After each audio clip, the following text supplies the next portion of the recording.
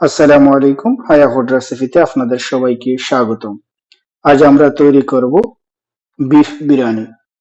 তো বন্ধুরা, আপনারা যদি এমন রেসিপি পেতে পছন্দ করেন তাহলে অবশ্যই আমাদের চ্যানেলটা সাবস্ক্রাইব করুন, সাথে বেল আইকনটা বাজিয়ে দিন।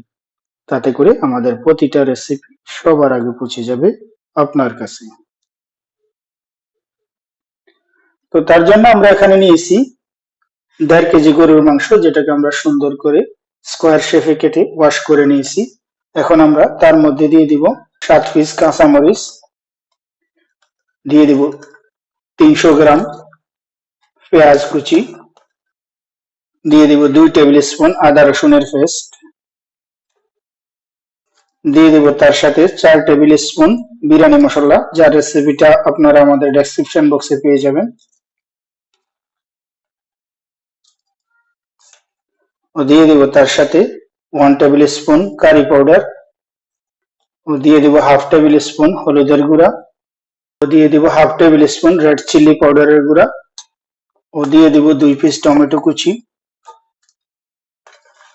ও দিয়ে দিব 20 ml লেমন জুস, দিয়ে দেব লবণ স্বাদ অনুসারে, দিয়ে দিব তেল 100 গ্রাম, ও দিয়ে দিব তার সাথে 200 গ্রাম টক দই। তো এখন আমরা আমাদের এই পুরো মিশ্রণটাকে খুব ভালো করে আমাদের মাংসটার সাথে মিক্স করে দেব। তো তারপর আমরা আমাদের মাংসটাকে হাই ফ্লেমে ভালো করে কুক করে নেব। তো আমরা আমাদের মাংসটাকে ঢাকনা দিয়ে ভালো মতো কুক করে নেব। তো আমরা আমাদের মাংসটাকে প্রত্যেক 10 মিনিট পর পর একটু নেড়ে দেবো, যাতে করে নিচে থেকে না লেগে যায়। আমরা মাংসটাকে ততক্ষণ পর্যন্ত কুক করবো যতক্ষণ পর্যন্ত না এটা খুব ভালো মতো বয়েল হয়ে যায়। তো আমরা আমাদের মাংসটাকে খুব ভালো করে কষিয়ে নিয়েছি। তো আমাদের মশলাটা একদম কষে গেছে, কিন্তু আমাদের মাংসটা এখনো সিদ্ধ হয় নাই। তো তার জন্য আমরা তার মধ্যে দিয়ে দিব কিছু পরিমাণে গরম পানি, যাতে করে আমাদের মাংসটা খুব ভালো করে বয়েল হয়ে যায়। আমরা গরম পানি দেওয়ার পর আমাদের পাতিলাটার ঢাকনা দিয়ে আমাদের মাংসটাকে ভালো করে সিদ্ধ করে নেব। তো আমাদের মাংসটা সিদ্ধ হয়ে গেছে, এখন আমরা মাংসটাকে উঠিয়ে নেব।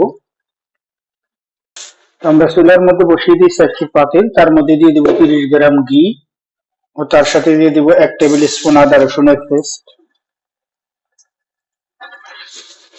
ও দিয়ে দিব 100 গ্রাম পেঁয়াজ,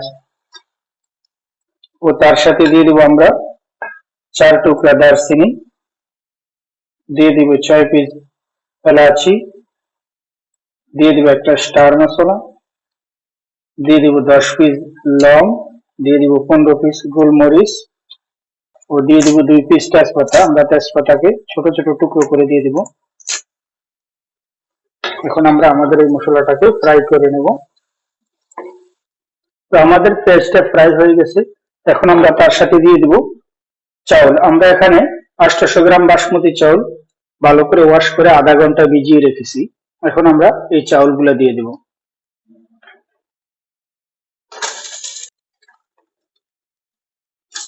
এখন আমরা আমাদের এই চাউলটাকে অল্প আঁচে 10 মিনিট ফ্রাই করে নেব।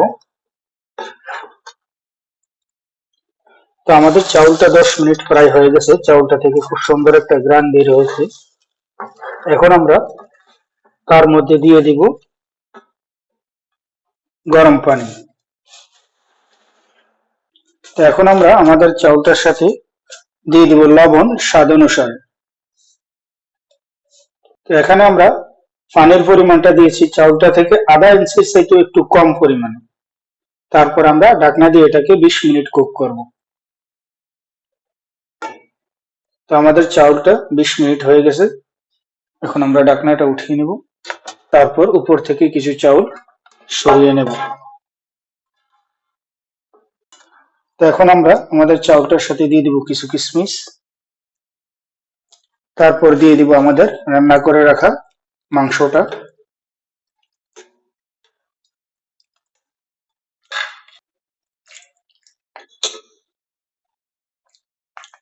তারপর এটাকে সবটা জায়গার মধ্যে খুব সুন্দর করে একটা লেয়ার দিয়ে দিব। তারপর উপর থেকে দিয়ে দেবো আমাদের উঠিয়ে রাখা চাউলটা।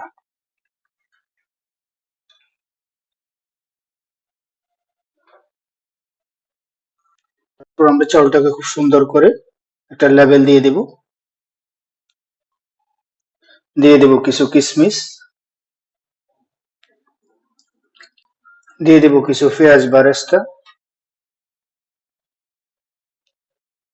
এখন আমরা আমাদের বিরিয়ানিটাকে ঢাকনা দিয়ে কুক করে নেব একবার স্লো আছে আর 10 মিনিট। তো বন্ধুরা আমাদের বিরিয়ানিটা 10 মিনিট হয়ে গেছে, বিরিয়ানিটা সম্পূর্ণ রেডি হয়ে গেছে।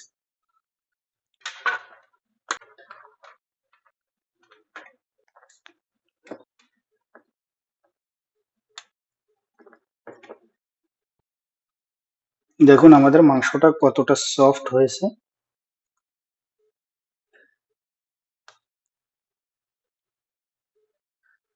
তো বন্ধুরা আমার এই রেসিপিটা যদি আপনাদের ভালো লাগে তাহলে অবশ্যই লাইক করুন, কমেন্ট করুন আর আমার চ্যানেলটা সাবস্ক্রাইব করুন। তো দেখা হবে ইনশাআল্লাহ পরবর্তীতে অন্য কোনো ভিডিওতে। আল্লাহ হাফিজ।